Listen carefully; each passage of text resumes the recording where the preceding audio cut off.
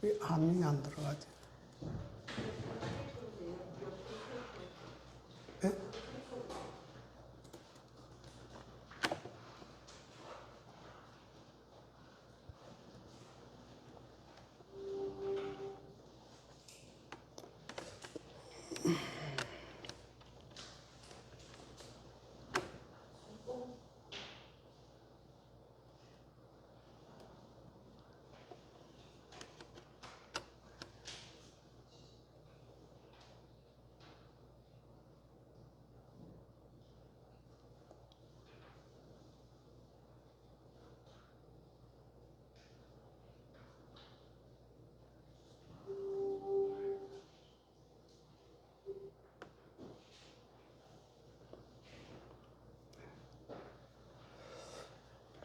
하나님의 말씀 마태복음 5장 17절부터 20절까지 있는 말씀을 제가 다시 읽겠습니다. 내가 율법이나 선지자를 폐하러 온 줄로 생각하지 말라. 폐하러 온 것이 아니요 완전하게 하려 함이라. 진실로 너희에게 이르노니 천지가 없어지기 전에는 율법의 1.1획도 결코 없어지지 아니하고 다 이루리라. 그러므로 누구든지 이 계명 중에 지극히 작은 것 하나라도 버리고 그같이 사람을 가르치는 자는 천국에서 지극히 작다 일컬음을 받을 것이요 누구든지 이를 행하며 가르치는 자는 천국에서 커다 일컬음을 받으리라. 내가 너희에게 이르노니 너희 의가 서기관과 바리새인보다 더 낫지 못하면 결코 천국에 들어가지 못하리라. 존경하는 성도 여러분, 주님 은혜 가운데 평안하셨습니까? 오늘 복되고 거룩한 안식일에 여러분들을 뵙게 돼서 대단히 반갑습니다.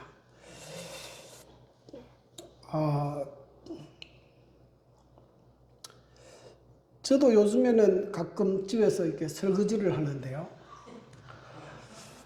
그릇을 씻을 때 그릇의 겉을 깨끗하게 씻어야 합니까? 아니면 그릇의 안을 깨끗하게 씻어야 합니까? 둘 다 깨끗해야 하지만 무엇이 더 중요합니까?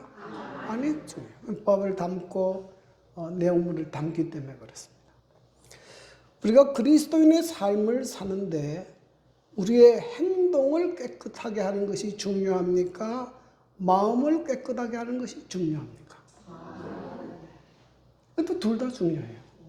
그런데 무엇이 더 먼저입니까? 마음을 깨끗하는 것이 더 중요합니다. 왜냐하면 하나님께서는 우리의 외모보다는 우리의 마음을 보시기 때문에 그렇습니다. 사무엘상 16장 7절 내가 보는 것은 사람과 같지 아니하니 사람은 외모를 보거니와 나 여호와는 중심을 보느니라 하시더라. 오늘도 지난 시간에 이어서 예수님께서 율법에 대하여 무엇이라고 또 어떻게 해석하고 말씀하시는지 다시 한번 좀 생각해 보고자 합니다. 지난 시간에는 예수님께서 어떻게 율법을 완전하게 하셨는지에 대하여 말씀을 드렸습니다.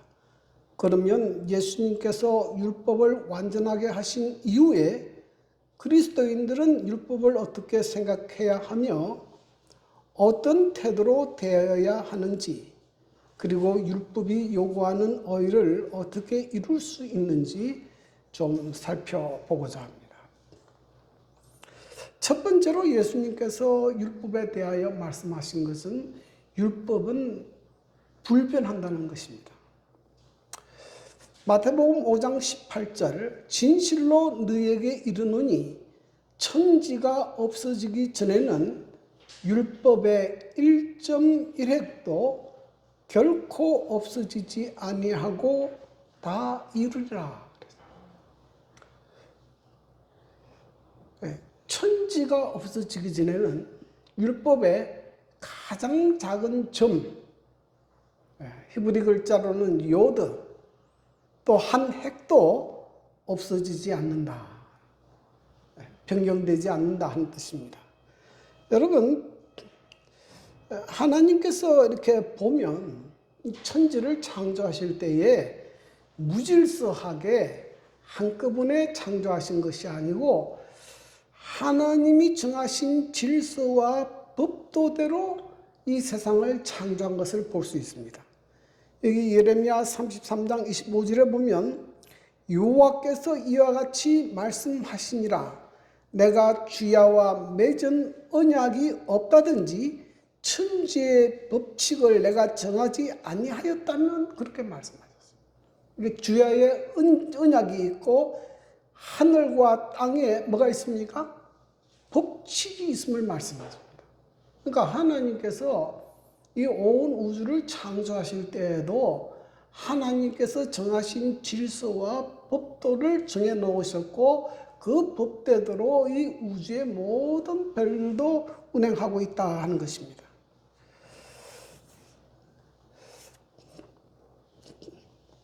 그래서 이 우주에 법이 있다는 것을 언제 알게 됐는가 하면 이 아이작 뉴턴이 처음 알게 됐어요. 그전에는 그것도 몰랐습니다. 근데 뭘 보고? 아이작 뉴턴이 사과가 땅으로 떨어지는 걸 보고 그걸 깨달았어요. 아, 땅에 무엇이 있구나? 땡기는 힘이 있구나. 중력이 있다는 걸 알겠어요. 그렇지 않으면 사과가 공중으로 가든지 옆으로 가든지 할 것인지 왜 땅으로 떨어지냐 말이죠. 여러분, 지구가 지금 빠르게 달려가고 있다는 거 아십니까? 지금 지구가 엄청난 속도로 지금 자전과 공전을 하고 있는데 우리가 느끼지 못하는 이유는 뭐 때문입니까? 중력의 법칙 때문에 그래요. 그러니까 우리가 땅에 떨어지지 않고 이렇게 사는 겁니다. 만약에 이 우주에 중력의 법칙이 없으면 이 우주는 하루아침에 다 붕괴된다 그래요. 네. 그리고 우리가 사는 이 세상에 자세히 보면 식물도 질서가 있습니다. 씨를 뿌리고 발화하고 강합성을 하고 또 열매를 맺고 추수하는 과정이 있어요. 여러분, 동물도 이 질서가 있습니다. 그래서 때가 되면 철새들이 이동을 하고 새끼를 낳고 기르고 합니다. 이걸 우리가 자연법칙이라 그렇게 이야기합니다. 여러분, 하나님께서 사람을 하나님의 형상대로 도덕적으로 창조하셨기 때문에 하나님께서 사람의 마음에도 도덕법을 주셨습니다. 그 법이 무엇입니까? 그 법이 뭐예요? 그것이 우리가 말하는 그 양심이라는 겁니다. 로마서 2장 14절 15절 율법 없는 이방인이 본성으로 율법의 일을 행할 때에는 이 사람은 율법이 없어도 자기가 자기에게 율법이 되나니 이들은 그 양심이 증거가 되어 그 생각들이 서로 혹은 고발하며 혹은 변명하여 그 마음에 새긴 율법의 행위를 나타내느니라. 하나님을 전혀 모르는 사람도 지금 이게 옳은 일인지 나쁜 일인지 알 수 있다 없다? 예? 알 수 있어요. 여러분, 고조선 시대, 저 삼국시대 이전의 사람들도 사람을 죽이면 나쁜 것이고 도덕질하고 거짓말하면 나쁜 것이다. 다 기록되어 있어요. 다 압니다. 예? 하나님께서 우리 어디에다가 우리의 마음에 하나님의 법을 새겨놓았습니다. 우리가 흔히 이제 양심이라고 하지 않습니까? 그래서 사람이 사람 같지 않은 행동을 하면 뭐라고 이야기합니까? 양심도 없는 사람아, 그렇게 하지 않습니까? 그런데 인간이 너무 타락해서 이제 양심의 소리를 들을 수 없게 됐습니다. 그래서 하나님께서 친히 돌에다가 글로 새겨서 주셨습니다. 그것이 무엇입니까? 그것이 십계명이에요. 이 십계명에는 하나님과 인간 사이에 지켜야 할 계명과 인간 상호 간에 지켜야 할 의무가 기록되어 있습니다. 이 십계명은 다른 계명과 달라요. 이것은 뭐가 없어지기 전에는, 천지가 없어지기 전에는 절대로 변경되거나 없어지지 않는다. 그렇게 말씀을 하셨습니다. 왜 이 십계명은 절대로 변경되거나 없어질 수 없습니까? 무엇 때문에 그래요? 이 십계명은 하나님의 품성의 사본이기 때문입니다. 여기 대장투에 보면 이런 말씀이 있죠. 하나님의 율법은 그분의 뜻의 표현이며 그분의 품성의 사본이다. 하나님께서는 사람을 창조하신 다음에 하나님께서 사람이 이렇게 살기를 바란다 하는 하나님의 뜻임으로 나타났다고요. 그것이 십계명으로 표현된 것이다. 그러므로 하나님이 영원하신 것처럼 하나님의 법은 뭐하지 못합니까? 하나님의 법은 영원한 것이에요. 하나님이 없어지지 않는 한 법도 없어지지 않습니다. 그런데 오늘날 보면 이 하나님의 법에 도전하는 사람들이 많아요. 안식일도 변경할 수 있다. 또 간음하지 말라는 계명도 없애버렸어요, 사람들이. 또 이제 하나님께서 만드신 남자와 여자의 결혼을 또 동성끼리 결혼도 합법화했어요. 지금 선진국이라고 하는 미국이나 유럽, 캐나다 같은 데 가보면 전부 합법화시켰어요. 성경에 뭐라고 말씀하십니까?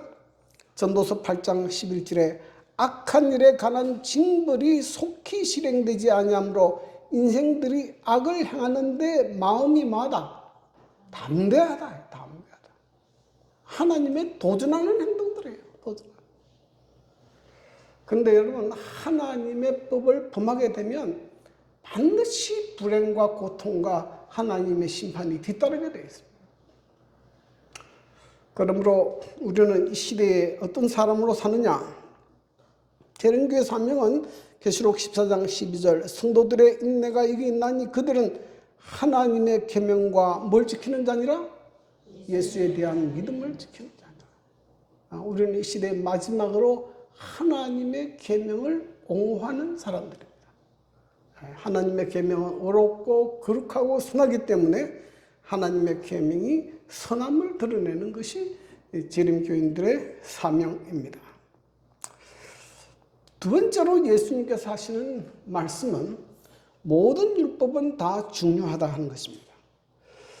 마태복음 5장 18절 그러므로 누구든지 이 계명 중에 지극히 작은 것 하나라도 버리고 또 그같이 사람을 가르치는 자는 천국에서 지극히 작다 일컬음을 받을 것이요 누구든지 이를 행하며 가르치는 자는 천국에서 크다 일컬음을 받으리라.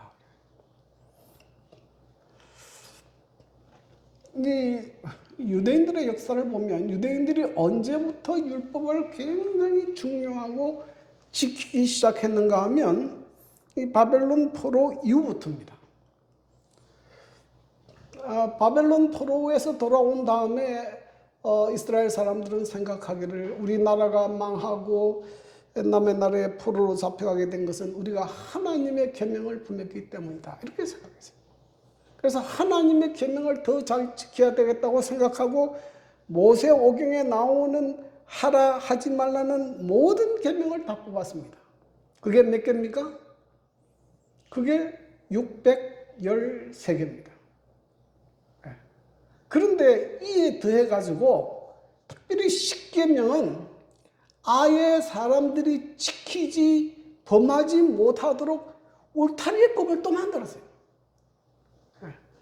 그래서 안식일 계명을 아예 범하지 못하도록 39가지 규정을 만들었습니다. 그래서 안식일에는 아예 1km 이상 걸어가지 마라.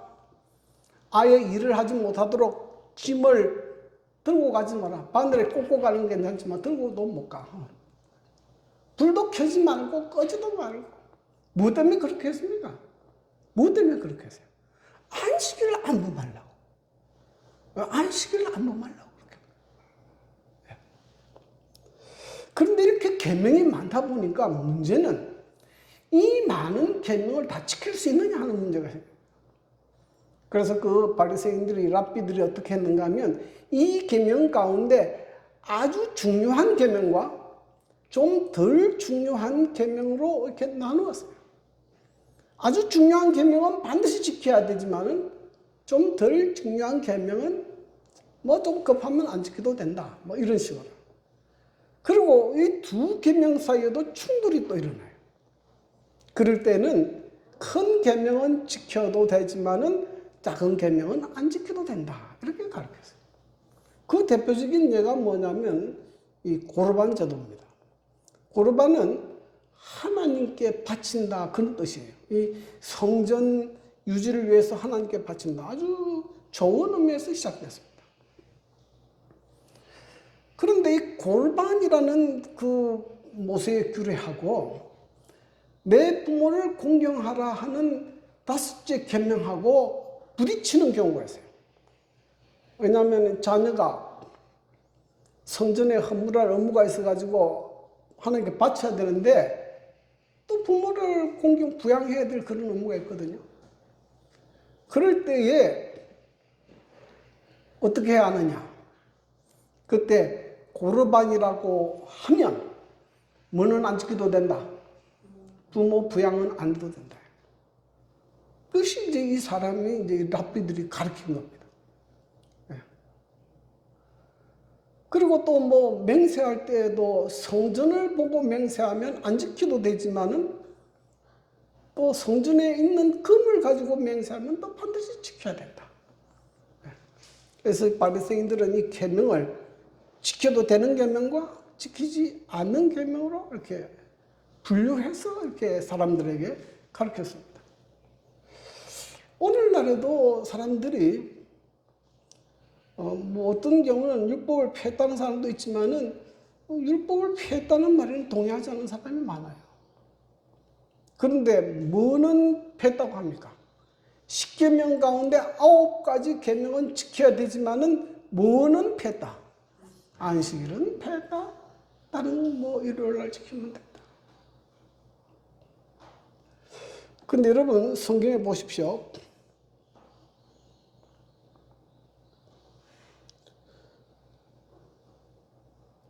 야고보 2장 10절 누구든지 온 율법을 지키다가 그 하나를 범하면 모두 범한 자가 되나니 그랬어요. 여러분 이 10계명은 연결되어 있기 때문에 하나로 따로 구분할 수 없어요. 그 10계명 가운데 어느 계명이라도 하나 범하면 뭡니까? 그 계명을 다 범하는 거하고 똑같아요. 여러분 이 죄짓고 감옥 가는 사람이 여러 가지 죄를 지어서 들어가는 게 아니고 뭐만 해도 들어갑니까? 한 가지 죄만 지어도 들어가는 거예요. 그러므로 예수님께서 가르치시는 말씀은 이 하나님께서 우리에게 주신 이 계명을 한 가지도 뭐 하지 말라. 소홀히 여기지 말라. 소홀히 여기지 말라. 그리고 성경은 오히려 뭐라고 이야기하는가 하면 지극히 작은 것 이런 것도 아주 귀하게 생각하고 순종하라. 그렇게 이야기하는 거예요. 여러분 성경 가운데 읽어보면 이제 이 사울왕에 관한 이야기가 나오는데 하나님께서 사울왕이 이제 아말렉이라는 이방 민족과 전쟁할 때에 하나님께서 말씀하시기를 반드시 그 민족을 멸절하고 거기에 있는 모든 짐승이나 모든 것들은 다 불태우도록 했어요. 근데 사울왕이 나가서 전쟁을 하다 보니 뭐 사람도 다 죽이고 괜찮은데 보니 아주 좋은 짐승들이 있어. 자기가 무슨 출신입니까? 이 또 목동 출신이거든. 그러니 뭐가 아까워요?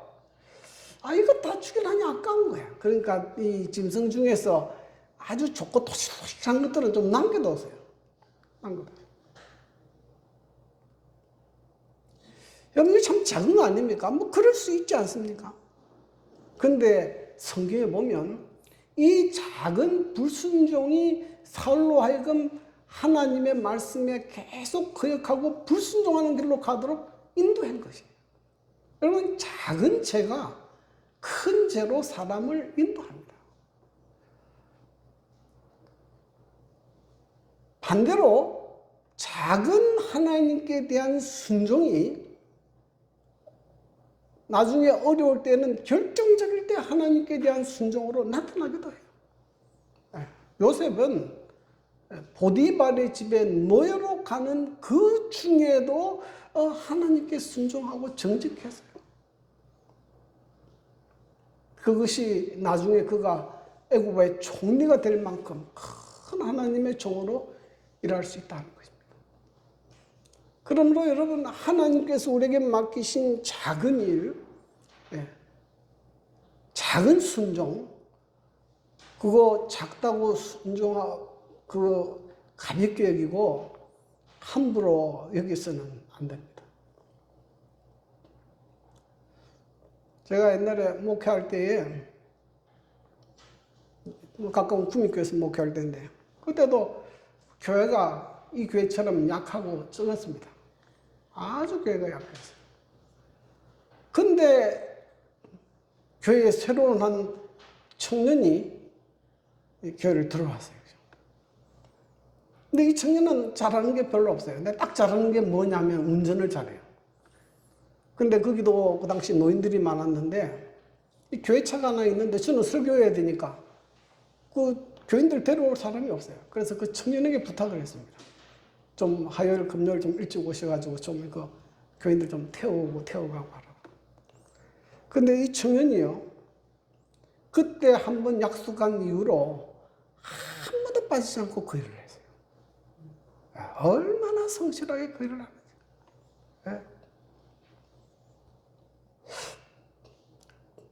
그 아들이 얼마 전에 목회자가 됐죠. 수종 앞에 목회자가 됐고 지금은 장로가 됐는지 안 됐는지는 제가 잘 모르겠어요. 지금 두음교회 나가거든요. 그래서 여러분, 교회가 작고 힘이 없고 그것은 그렇게 중요한 문제가 아니에요. 하나님께서 내게 맡겨진 그 작은 일에도 충성을 다하게 되기를 바랍니다. 그때 하나님께서 큰 것으로 보상하는 거예요. 지극히 작은 것에 충성된 자는 뭐에도 충성되고 큰 것에도 충성되고 지극히 작은 것에 불의하는 자는 큰 것에도 불의하니라.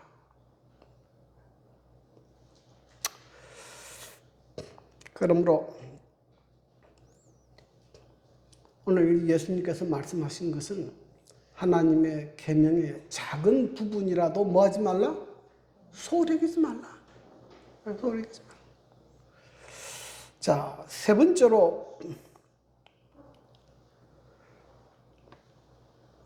예수님께서 우리에게 말씀하시는 것은 서기관과 바리새인보다 더 나은 의를 가져야 천국에 들어갈 수 있다는 것입니다. 여러분, 서기관과 바리새인이 가진 의가 무엇입니까? 어떤 것입니까? 여기 보면 바리새인들은 613개의 법을 문자적으로 지키려고 굉장히 노력했습니다. 안식일에 부과되는 39가지 규정을 다 지키려고 노력했고요. 하루에 3번씩 기도하고 한 주일에 2번씩 금식하고 다른 사람에게도 자선을 베풀었어요.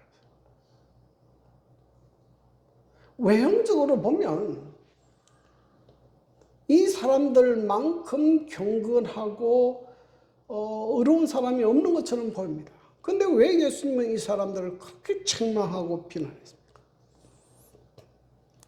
그런데 이 사람들은 이렇게 외형적으로는 정말 하나님께 대하여 열심히 있었지만은 문제는 그 내면이에요. 내면이에요. 마태복음 23장 25절 화 있을진저 외식하는 서기관들과 바리새인들이여 장과 대집의 겉은 깨끗하되 그 안에는 뭐가 가득합니까? 탐욕과 방탕이 가득하다 그랬어요. 이 사람들은 속으로는 굉장히 돈도 좋아하고 방탕하고 탐욕이 가득 찼는데 겉으로만 그렇게 한 거예요. 이게 지금 가장 큰 문제입니다. 큰 문제예요. 그렇기 때문에 하나님께서 그들로 하여금 절대로 천국에 들어올 수 없다. 여러분, 여기서 하나 우리가 깨끗하게 기억해야 될 것이 하나 있습니다. 뭐냐면은 율법의 행위는 우리의 마음을 깨끗하게 하지 않는다는 거예요. 내가 아무리 철저하게 하나님의 계명을 지키고 믿음으로 살려고 해도 그 행위가 우리의 마음의 내면을 변화시키지 않아요. 우리 재림교인들 가운데 이걸 오해하는 사람들이 참 많아요. 율법의 행위가 어렵게 되는 줄 아는데 안 돼요. 안 됩니다. 자, 그러면 예수님께서 말씀하신 더 나은 의는 무엇입니까? 갈라디아 2장 16절 사람이 어렵게 되는 것은 율법의 행위로 말미암이 아니요 오직 예수 그리스도를 믿음으로 말미암는 줄 알므로.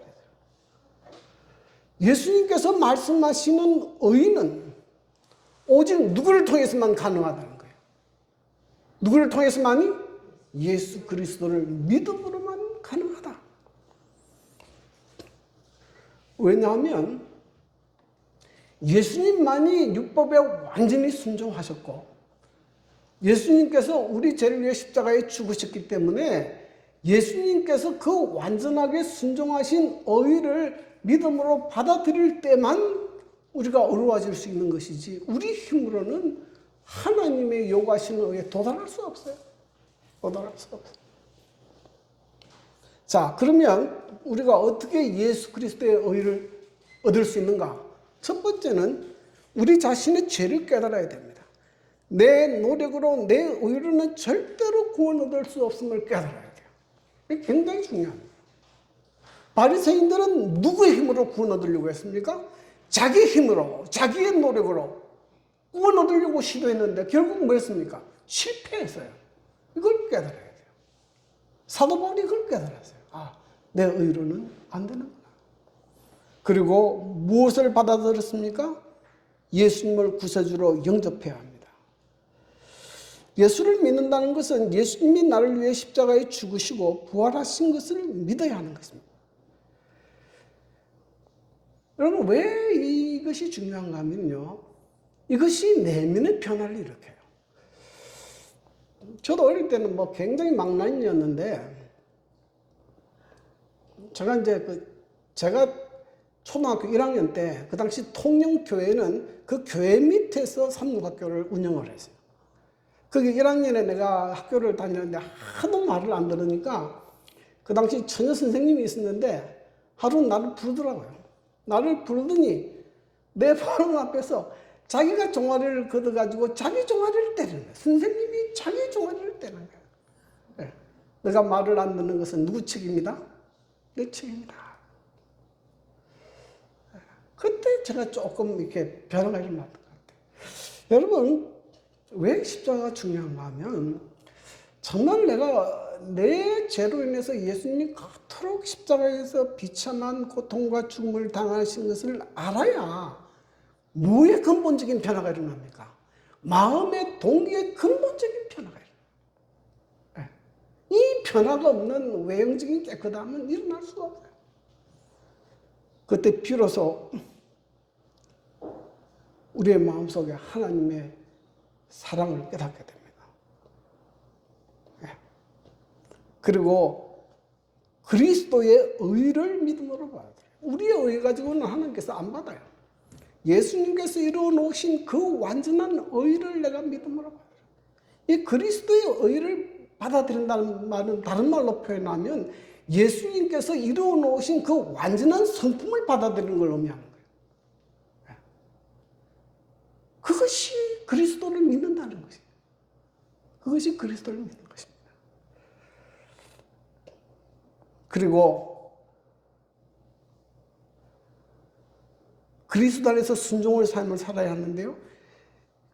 내가 예수님과 연결된 삶을 살고 있는가 그렇지 않는가 하는 것을 뭘 보면 압니까? 내 삶에 나타난 열매를 보면 아는 것이에요. 내가 예수님과 연결된 삶을 살면 내 안에 뭐가 나타나게 되어 있습니까? 그리스도의 품성이 나타나게 되어 있어요. 하나님께서 우리를 볼 때 제일 중요하게 보는 것은 이 사람에게 뭐가 나타나고 있는가? 그리스도의 품성이 나타나고 있는가? 이 품성만이 뭐에 조화될 수 있습니까?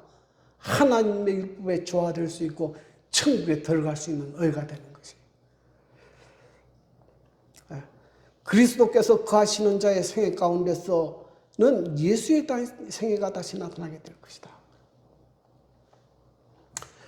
그러므로 여러분의 시야에 언제나 예수님을 바라보시기를 바랍니다. 예수님의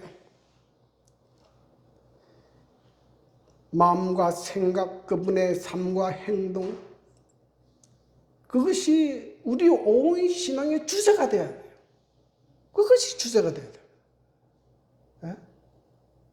우리가 안식일을 지키는 것도 예수님처럼 살기 위해서 지키는 거예요. 예수님이 안식일을 지킬 때 지키고, 우리는 바리새인들의 율법주의적인 안식일을 지키는 게 아닙니다.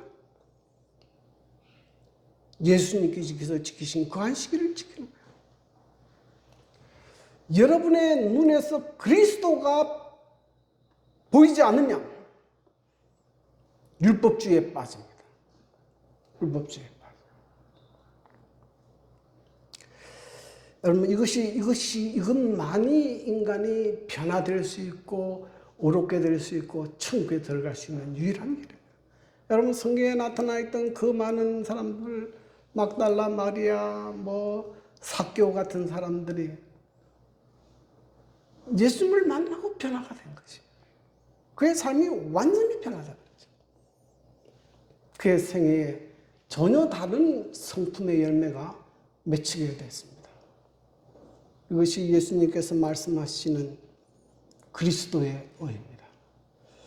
그러므로 존경하는 성도 여러분, 저는 우리 모든 성도들의 삶에서 그리스도의 의가 나타나게 되기를 바라고 그리스도의 품성을 형성하게 되기를 간절히 바랍니다. 그것이 우리의 신앙의 목표가 되기를 바랍니다. 안식일만 지키라고 주장하고 그 품성이나 행동은 전혀 예수님 같지 않다. 그거는 잘못된 것이에요. 그건 잘못된 것이에요. 신앙의 포커스를 잘못 맞춘 겁니다. 여러분, 하나님의 율법은 절대로 불변합니다. 하나님의 율법은 절대로 아무 계명이라도 소홀히 여겨서는 안 됩니다. 우리는 예수님께서 주시는 의를 믿음으로 붙들고 믿음 안에서 그리스도 안에서 그리스도의 품성을 형성하면서 성장해야 됩니다. 이것이 오늘 우리 주님께서 율법에 대하여 가르쳐 주시는 귀한 교훈의 말씀입니다. 이런 하나님의 은혜가 성도 여러분과 제 삶에도 일어나게 되기를 간절히 바랍니다.